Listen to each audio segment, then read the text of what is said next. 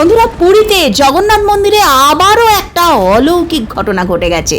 তোমরা কি সেটা জানো? আমরা তো এদিকে নতুন সরকার, ভোট, প্রচণ্ড গরম, ঝড় বৃষ্টি এসব নিয়ে ব্যস্ত রয়েছি, কিন্তু প্রভু জগন্নাথ দেবের শিখরে মন্দিরে আবারও একটা চিল পাখি এসে বসেছে। আর এরপরই উত্তরপ্রদেশ আর গোরখপুরের সূর্যের চারপাশে গোল রিং বা বলয় দেখা গেছে। প্রচণ্ড ঝড় বৃষ্টি হচ্ছে, মন্দিরের শিখর ধ্বজ তাই উড়ে চলে গেছে। আর ঠিক তার একদিনের মধ্যেই রাজস্থান বিকানিরে প্রচণ্ড ধুল, ঝড়, আঁধি, তুফানে প্রচুর মানুষ প্রাণ হারিয়েছে। লোকেরা এখন আতঙ্কিত হয়ে রয়েছে, কারণ কি পতাকাতে কিছু এদিক ওদিক হলেই জানো তো অশুভ কিছু আসতে থাকে।